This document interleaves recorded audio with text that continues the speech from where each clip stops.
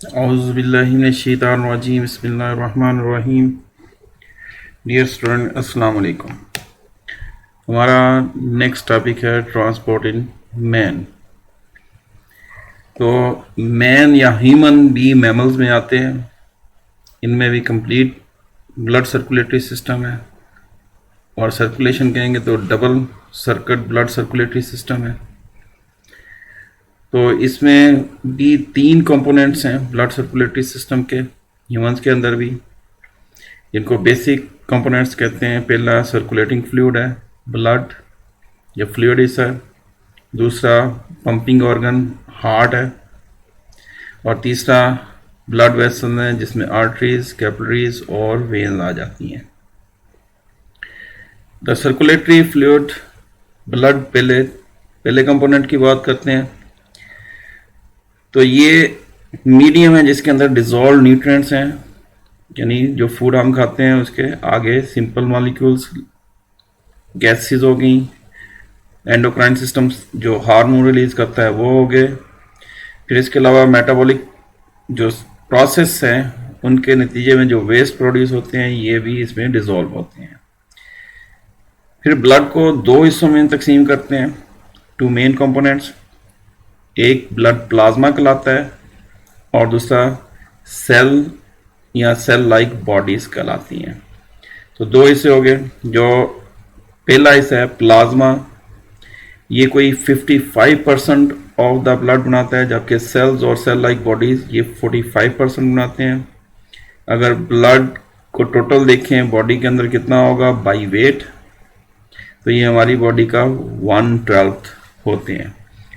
मसलन अगर किसी बंदे का वजन 60 किलोग्राम है, इसको 12 में तकसीम करेंगे तो 5 लीटर उसमें ब्लड होगा। अगर इसी तरह किसी का 72 kg बॉडी वेट है तो उसके अंदर 6 लीटर ब्लड होगा। तो पहले 3 कंपोनेंट, पहले वाला ब्लड, फिर ब्लड में 2 हिस्से हैं, प्लाज्मा और सेल लाइक बॉडीज। तो पहले प्लाज्मा, तो ये नॉर्मल पर्सन के अंदर जो प्लाज्मा है वो 55% होता है, बाकी सेल और सेल लाइक 45% हो गए। मेन हिस्सा इसका पानी होता है, यानी प्राइमरीली वाटर है। इसके अलावा इसमें मुख्तलिफ किस्म की प्रोटीन हैं, साल्ट्स हैं, न्यूट्रिएंट्स हैं, वेस्ट हैं। वाटर कितना कंस्टिट्यूट करता है 90%। ये फिगर्स आ जाती हैं MCQs में, जैसे ये 55%, 45, 1/12, और ये पानी कितना होता है, ये 90% ऑफ प्लाज्मा। बाकी रह गया 10%। तो बाकी जितनी चीज़ें हैं वो इसमें डिज़ोल्व होती हैं, डिज़ोल्व सब्सटेंसेस। तो इसमें जो है ये कुछ जो डिज़ोल्व सब्सटेंसेस हैं उनकी परसेंटेज फिक्स होती है या नियरली कांस्टेंट रखी जाती हैं, जो बॉडी फंक्शनिंग के लिए बहुत ज़रूरी है। कुछ जो वेरी करती रहती हैं, जैसे न्यूट्रिएंट्स वगैरह, ये वेरी करते रहते हैं। खाना खाएंगे तो शुरू में ज़्यादा होंगे, बाद में जैसे देर होती जाएगी कम होते जाएंगे। लेकिन साल्ट्स वगैरह और प्रोटीन, ख़ासतौर पे साल्ट्स की परसेंटेज को बहुत ज़्यादा मेंटेन रखा जाता है। फिर ये जो डिज़ोल्व सब्सटेंसेस हैं कितनी किस्म के हैं, 6 यहाँ पे डिस्कस किए हैं। पहला इनऑर्गेनिक आयंस और मिनरल आयंस नाम देते हैं इनको। फिर प्लाज्मा प्रोटीन्स हैं, organic nutrients in the blood. फिर प्लाज्मा के अंदर नाइट्रोजनस वेस्ट भी हैं। 5वां हार्मोन सारे, और फिर गैसेस। तो पहले वाला जो है इनऑर्गेनिक या और मिनरल आयंस जो हैं ये, यानी साल्ट्स वगैरह, ये 0.9% बनाते हैं, और वेरी इंपॉर्टेंट ये परसेंटेज इनकी मेंटेन रखी जाती है। तो ये बाई वेट होता है, और इन साल्ट्स में भी 2/3, मतलब अगर इन साल्ट्स के 3 हिस्से किए जाएं 0.9% के भी, 0.6% सोडियम क्लोराइड होता है। बाकी तीसरा हिस्सा जो है वो अदर टाइप्स के साल्ट्स होंगे, उसमें पोटाशियम भी आ सकता है, कैल्शियम वगैरह और अदर साल्ट्स होंगे। तो थोड़ी सी भी कंसंट्रेशन अगर चेंज होगी तो पीएच पे फ़र्क पड़ता है इनके, जो कि हमारे ब्लड की पीएच ऑन एवरेज 7.4 है, ये MCQs में आ चुका है कई दफ़ा। तो ये कौन मेंटेन कर रहे हैं? साल्ट्स वगैरह। अगर साल्ट्स की कंसनट्रेशन में, आइंस में फ़र्क पड़ेगा, pH पे फ़र्क पड़ेगा, और ये pH बहुत ज़रूरी है। हमारी बॉडी के अंदर जितने भी सेल्स हैं उनके अंदर जो केमिकल रिएक्शंस हो रहे हैं जिनको हम मेटाबॉलिज्म कहते हैं, उस पे असर करेगा। इवन अगर ज़्यादा फ़र्क पड़ जाए तो डेथ भी हो सकती है। तो ये अफेक्ट करती है बॉडी के रिएक्शंस को।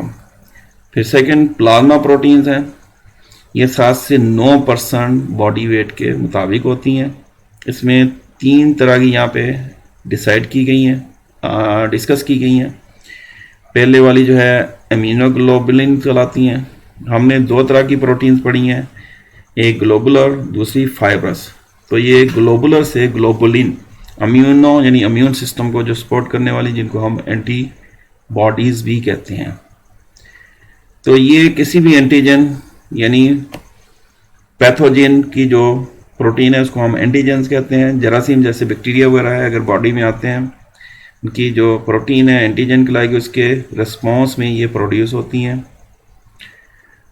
तो ये लिम्फोसाइट्स, वाइट ब्लड सेल्स का हिस्सा हैं जो ये प्रोड्यूस करते हैं, और ये हमारी बॉडी डिफेंस में रोल प्ले करती हैं।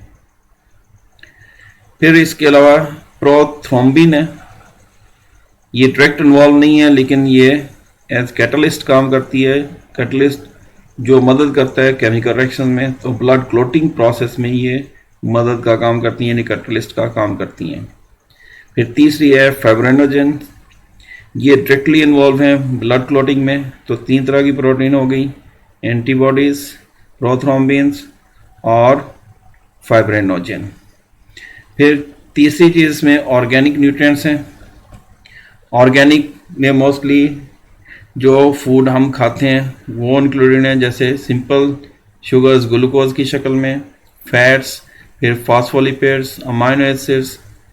ये तो हम फूड के साथ डाइजेस्टिव सिस्टम से अब्जॉर्ब करते हैं स्मॉल इंटेस्टाइन में, जबकि लैक्टिक एसिड जब एनारोबिक रेस्पिरेशन होती है हमारे मसल्स में, तो उस वक्त ये प्रोड्यूस होता है। तो ये भी ऑर्गेनिक में आता है। तो वहाँ से ये ब्लड में एंटर होते हैं, तो मौजूद पाए जाते हैं ब्लड में। Lactic acid is produce in muscles.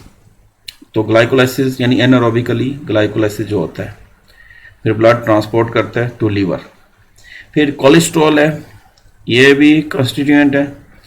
Actually जो ज़ायद फूड होती है लीवर उसको, चाहे वो शुगर्स ही हैं, उनको कोलेस्ट्रॉल में कन्वर्ट करके स्टोर करते हैं, और इसकी मखसूस कंसनट्रेशन ब्लड में भी पाई जाती है। तो ये प्रीकर्सर के तौर पर भी काम करता है। स्टीरॉयड हार्मोन्स जो फौरी तौर पर एनर्जी प्रोवाइड करने के काम आते हैं, उनकी प्रोडक्शन में भी प्रीकर्सर का रोल प्ले करता है। फोर्थ, फिर plasma also contains nitrogenous waste, जो मेटाबॉलिज्म हो रहा होता है हमारी बॉडी में सेल्स के अंदर। तो ख़ास तौर पर प्रोटीन और उसके component amino acids. Amino acids में हमें पता है कि एक अमाइनो ग्रुप होता है। जब अमाइनो एसिड्स टूटते हैं तो अमोनिया प्रोड्यूस होती है। अमोनिया से यूरिया, यूरिक एसिड प्रोड्यूस होते हैं, बनते हैं। ये लीवर काम करता है, तो इन सब को नाइट्रोजनस वेस्ट कहते हैं। तो ये सेलुलर मेटाबॉलिज्म में प्रोड्यूस होते हैं।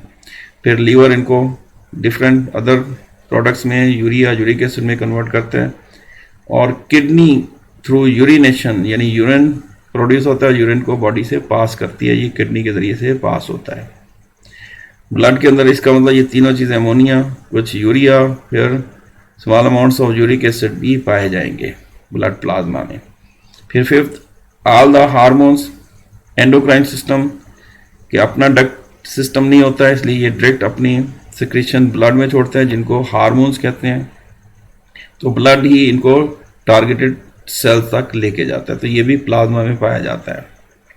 6, गैसेस, क्योंकि ब्लड सर्कुलेटरी सिस्टम ट्रांसपोर्ट भी करता है रेस्पिरेटरी गैसेस को, यानी ऑक्सीजन को लंग्स से टिश्यूज तक और टिश्यू से कार्बन डाइऑक्साइड को लंग्स तक लेके जाता है। तो ये भी ब्लड प्लाज्मा के अंदर पाई जाती हैं। तो ये यहाँ तक का हो गया प्लाज्मा के रेफरेंस से। तो नेक्स्ट तक के लिए अल्लाह हाफिज।